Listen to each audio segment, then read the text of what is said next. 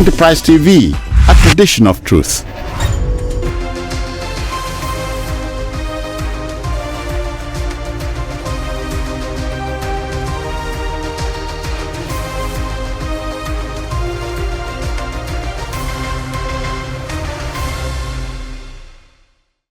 Hello and thanks for joining us today, Tuesday on Enterprise Morning. Well, it's only understandable if you are among those counting down to December, but for us, it's a new day to serve you fresh offering that will set the tone for everything that follows hereafter. I am Henry Igwebike. So first off, let's look at the front pages of the national dailies to see what they have for us. And I won't be doing this alone. Emeka Madunago, a journalist and public affairs commentator, is in the studio to help us make sense of the facts behind the headlines. Mr. Emeka, you're welcome. Yeah, good morning. To Enterprise Morning. And how was your night today? Yeah, fine. You're welcome to the station once more.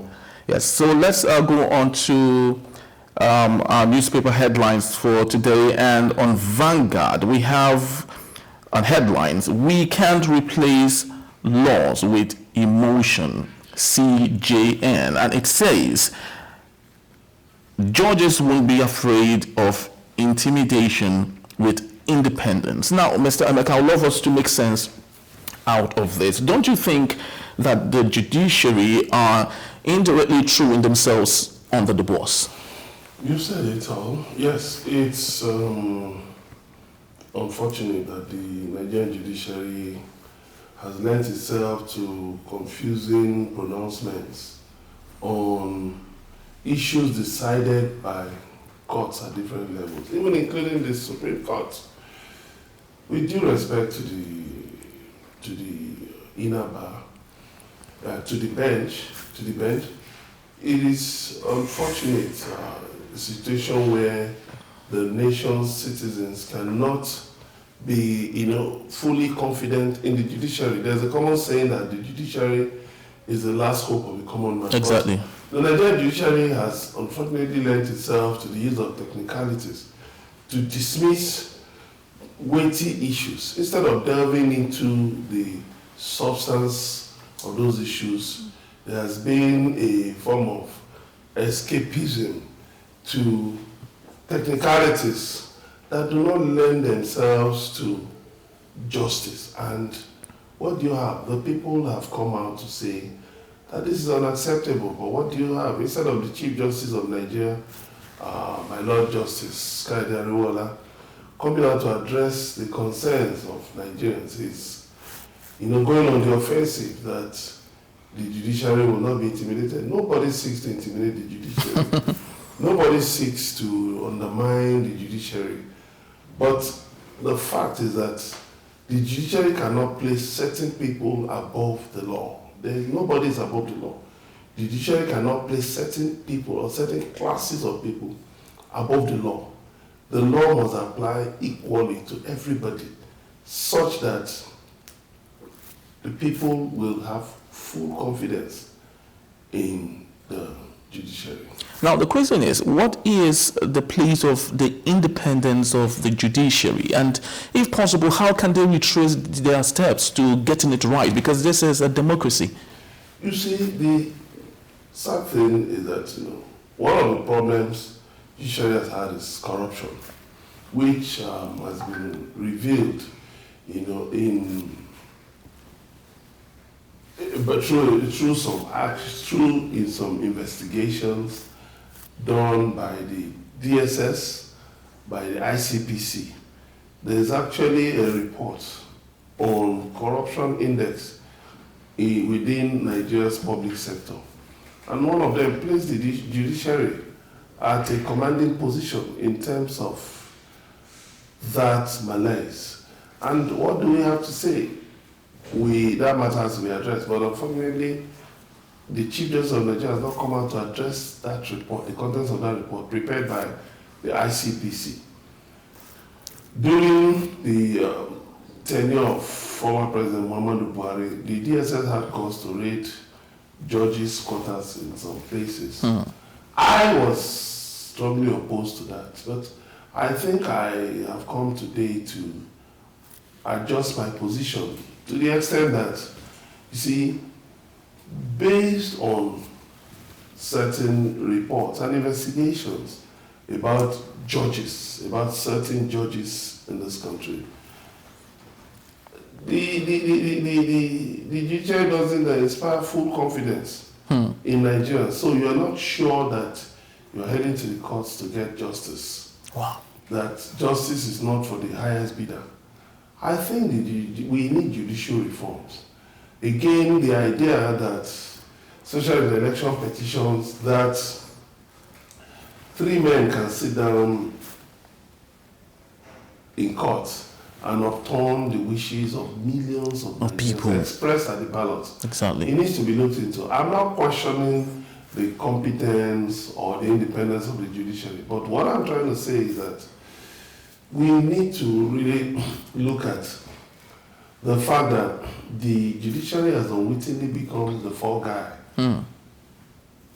in the mismanagement of elections, successive elections. The Independent National Electoral Commission is the chief culprit in this. INEC has proven itself over and over again to be incapable of organizing elections with outcomes that Nigerians can truly say, yes, they reflect the wishes of the electorate. So what do you have?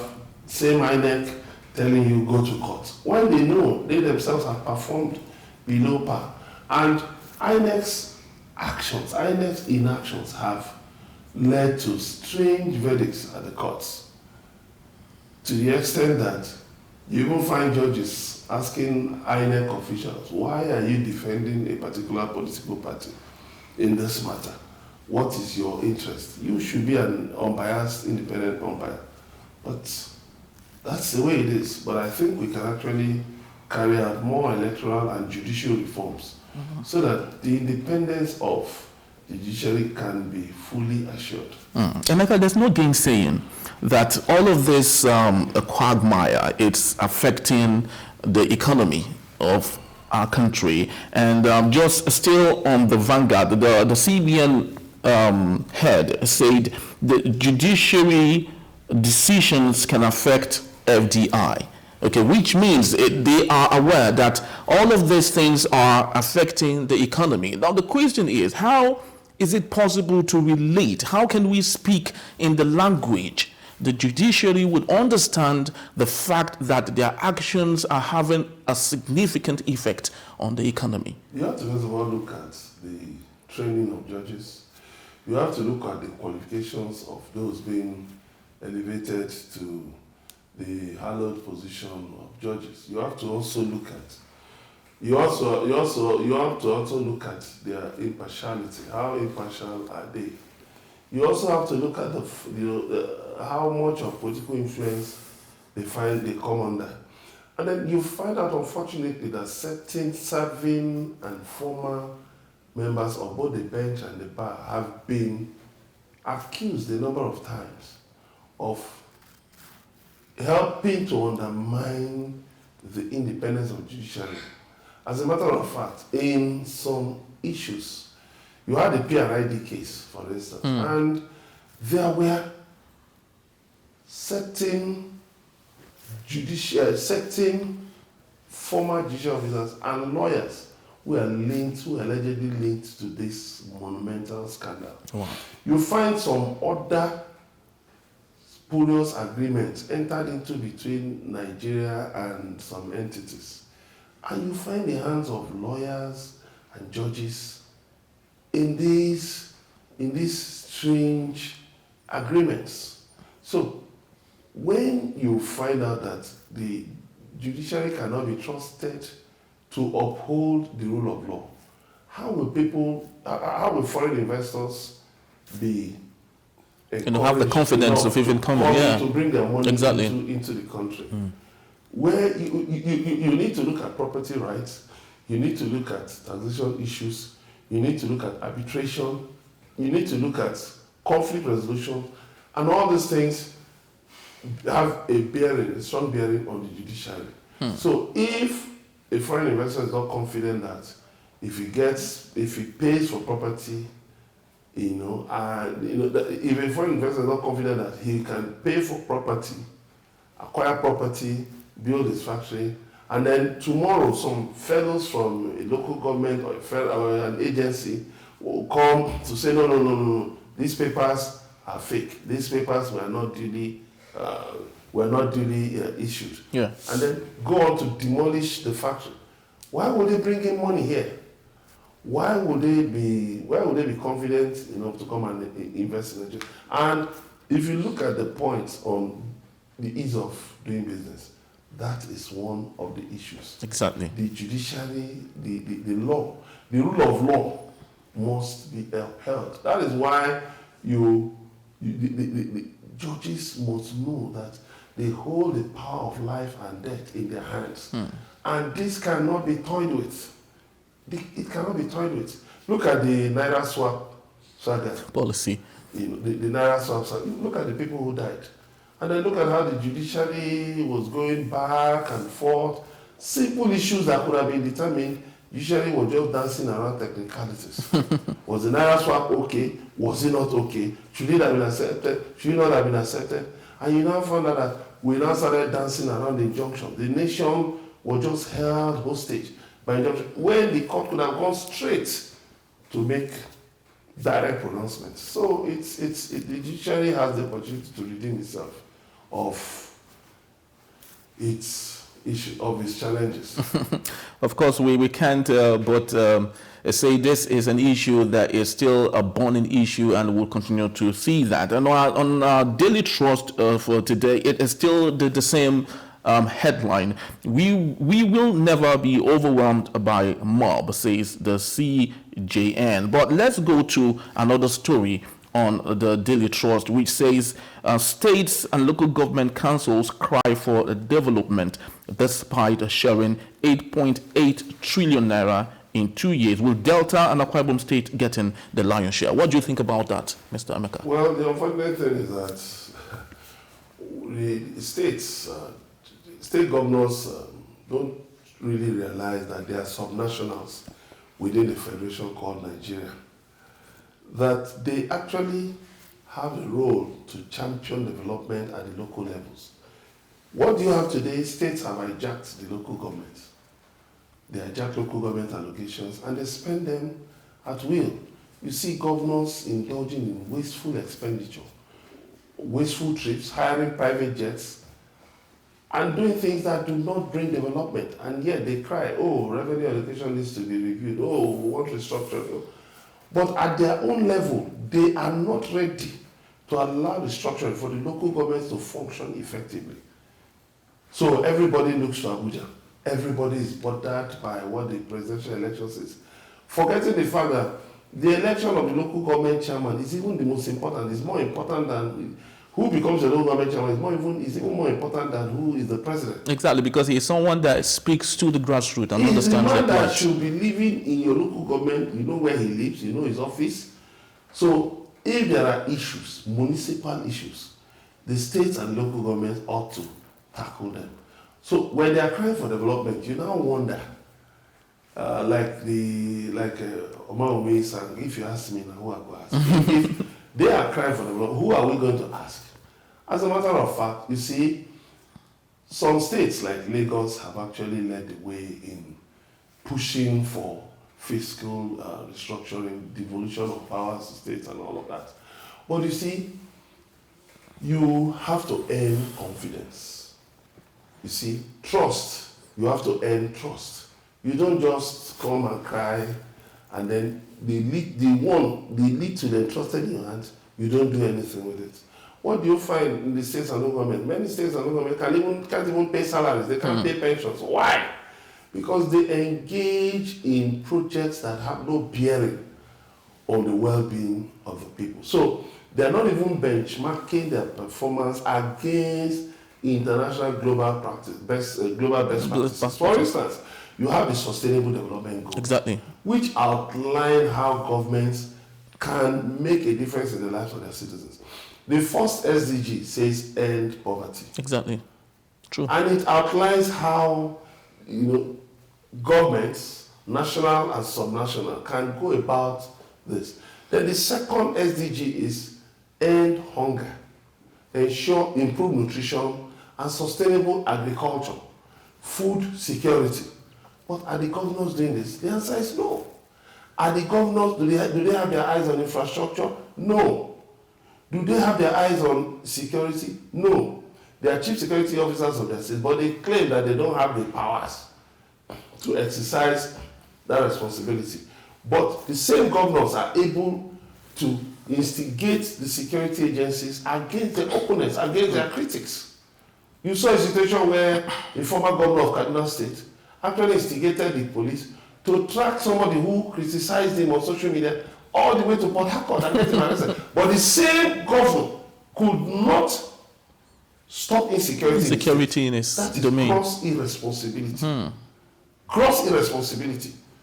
So let me tell you, the unfortunate thing is that a lot of these politicians just aim for positions, those in positions, a lot of them lack the capacity to even run a kiosk.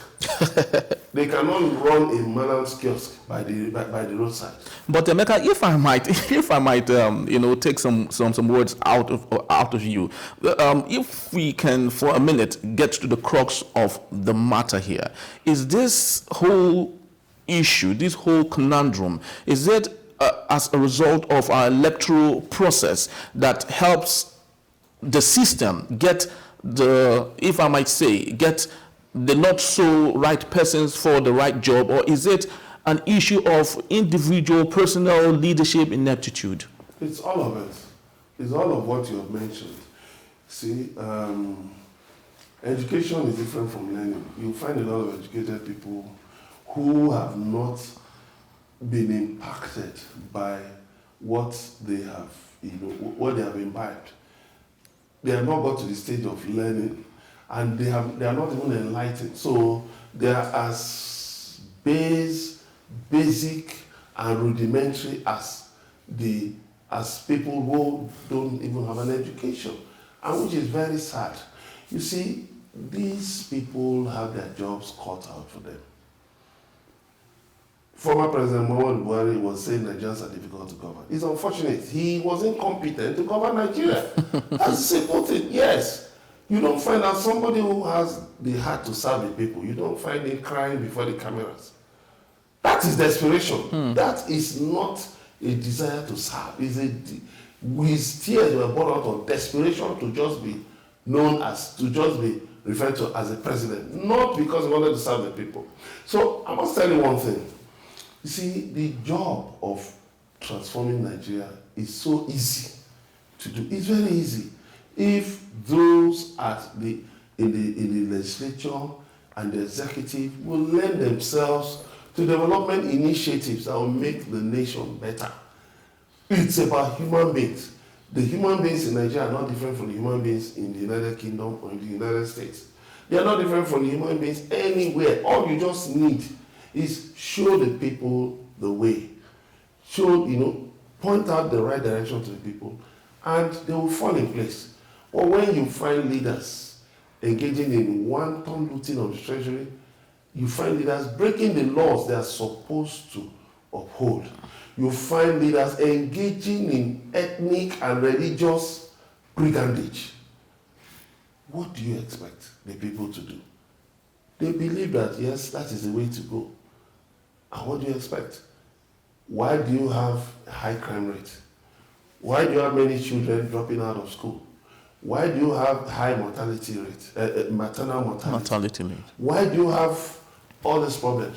It is because people in government, a lot of people in government they lack the capacity to interrogate issues and to take on those challenges in a consistent manner that helps advance development. So what do you find? This one is blaming this one. You even find some people blaming Lord Lugard. Oh, why did you amalgamate Nigeria?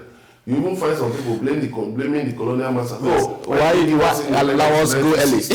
You see some, they will tell you in 1977, first act 77, they brought all the demons from everywhere. Come on. Let's deal with the issues and let's stop all this hypocritical, hypocritical show. Exactly. This is the unfortunate situation staring us in our faces as Nigerians, but what do we do?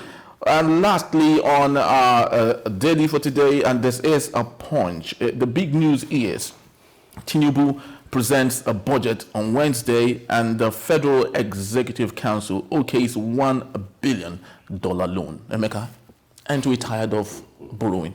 No, but there's nothing wrong with borrowing. Okay. Let me be sincere, but you have to borrow for investment, borrow for development, borrow for production. You don't borrow to fund recurrent expenditure. You don't borrow to fund frivolities. You don't borrow to fund parties, jamborees. You borrow because, for instance, there are certain infrastructural projects you want to use to grow the business environment, to attract foreign direct investment and local investment. So, the fact that we're borrowing $1 billion and all of these things are impacting on our revenues, they are impacting on the economy. Why? The government needs to do more to expand the nation's revenue base. Where are our revenues coming from? How much are we earning? Are we empowering Nigerians as stakeholders in the project, in the nationhood project? Or is it a matter of they, the leaders, versus us, the people? There shouldn't be that distinction. There must be transparency in governance. There must be open governance, accountability. There must be a situation whereby, you see, the people can, for instance, have a look at the budget. Look at the budget, it's online. The world has gone online. So exactly. You don't need to be hiding things. Because if you don't, like some states have refused to put their budgets online. But somehow, you have this NGO that's been doing a lot of work, the budget, you also have Sarah that have been able to track some of these things. You don't have tracker. They've been able to track expenditures, wasteful expenditure by different levels of government. So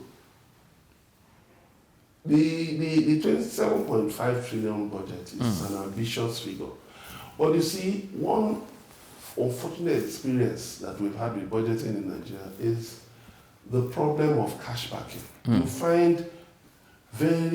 You find big projects in the budget, but at the end of the day, they are not funded. There is no cash backing. You go to the Federal Ministry of Finance, they tell you that they've received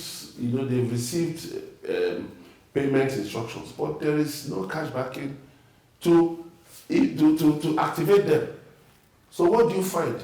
You find some projects that have been occurring in the budget, appearing in the budget for the past 10, 20 years. Every year, institutions are changing vehicles. Government departments are changing vehicles. They are changing spoons. They are changing cutlery. They are changing bowls. Come on. They are repainting the same places every year. They are changing computers. All these things are just adding up to the amount of wasteful expenditure. I don't know what we seek to gain with a 27.5 trillion naira budget. What we need to do first of all is to cut down on waste. Stop the theft of crude in the Niger Delta, and then we will get the economy rolling again.